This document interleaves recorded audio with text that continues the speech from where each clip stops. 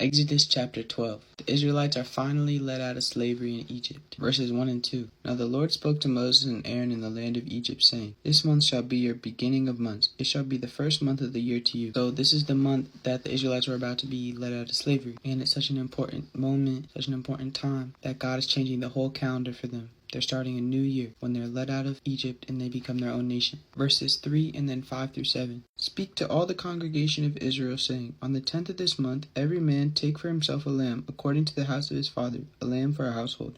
Your lamb shall be without blemish, a male of the first year. You may take it from the sheep or from the goat. Now you shall keep it until the 14th day of the same month. And the whole assembly to the congregation of Israel shall kill it at the twilight. And they shall take some of the blood and put it on the 2 doorposts and on the lintel of the houses where they eat it. That's Passover. God is asking Moses to tell all the Israelites, sacrifice your best lambs for me and mark their blood on your doors of your houses. And God has specific instructions of how they should eat it. Verses 12 and 13. I will pass through the land of Egypt on that night and will strike all the firstborn in the land of Egypt, both man and beast, and against all the gods of Egypt I will execute judgment. I am the Lord. Now the blood shall be a sign for you on the houses where you are, and when I see the blood I will pass over you, and the plague shall not be on you to destroy you, when I strike the land of Egypt. So that weird putting of the blood on the doors, it's a sign that you are with God, you have faith in Him. Because of that, God will not kill your firstborn. Verse 14. So this day shall be to you a memorial, and shall keep it as a feast to the Lord throughout your generations. You shall keep it as a feast by an everlasting ordinance. And that's why we still celebrate Passover today. It's a sign of God choosing His people and protecting them, rewarding them for their faith in Him. And God has more specifics on how they should celebrate. It talks about leavened and unleavened bread, and how the Israelites should not eat leavened bread, and they should only eat unleavened bread for a period of time. So then Moses tells them all what they need to do and what everything means. Verses 26 through 28. It shall be when your children say to you what you mean by this service, that you shall say, It is the Passover sacrifice of the Lord, who passed over the houses of the children of Israel in Egypt when he struck the Egyptians and delivered our households. So the people bowed their heads and worshipped. Then the children of Israel went away and did so, just as the Lord had commanded Moses and Aaron, so they did. What I like about those verses is that it kind of acknowledges how the other stuff is confusing. It says that your children and your future generations to come are going to have questions. And Moses is going to have them say that it's the Passover, and it's a very important moment in time. The Israelites gave their life to God. They submitted their lives to God. They bowed down and worshipped Him as they were supposed to. That's a big leap of faith because it hadn't even happened yet. Verses 30 and 31. And it came to pass at midnight that the Lord struck all the firstborn in the land of Egypt, from the firstborn of Pharaoh who sat on his throne, to the firstborn of the captive who was in the dungeon, and all the firstborn of livestock. So Pharaoh rose in the night, he and all his servants, and all the Egyptians, and there was a great cry in Egypt, for there was not a house where there was not one dead. That everything happened according to what God had said. All the firstborns had died. Pharaoh should have just trusted God all along. Next part is called the Exodus. That's pretty cool. And I don't know if I said it before, but Exodus means the way out. The Israelites take the way out of Egypt. Verses 31 and 32. And he called for Moses and Aaron by night and said, Rise, go out from among my people, both you and the children of Israel, and go serve the Lord as you have said. Also take your flocks and your herds as you have said, and be gone, and bless me also. That was Pharaoh talking. Pharaoh says, get out of here, and he's being for real this time. He also wants them to take their livestock. But what's crazy about that last part,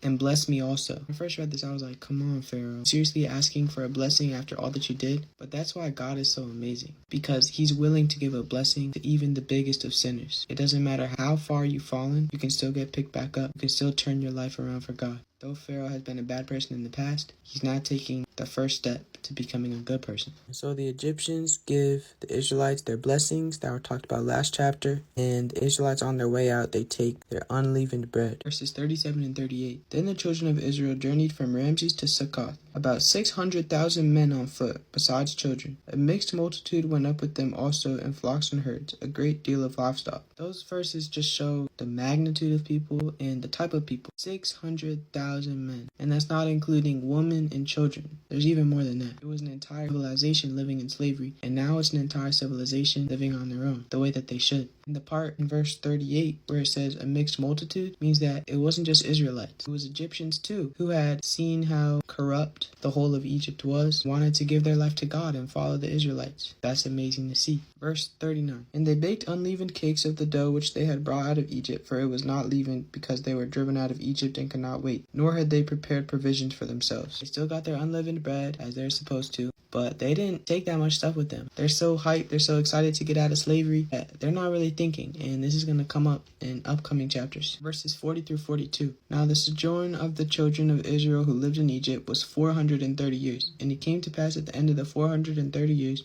on that very same day, it came to pass that all the armies of the Lord went out from the land of Egypt. It is a night of solemn observance to the Lord for bringing them out of the land of Egypt. This is that night of the Lord, solemn observance for all the children of Israel throughout their generations. Those verses just show how close the Lord's attention to detail is. The Israelites were slaves in Egypt for exactly 430 years. On the 430th year anniversary, they were taken out of Egypt, and that day is a day to celebrate. Then it talks about what it means to be an Israelite, how you would become an Israelite, what you would do to be kicked out of Israel. You have to be circumcised because that was part of the covenant. You need to honor the Passover.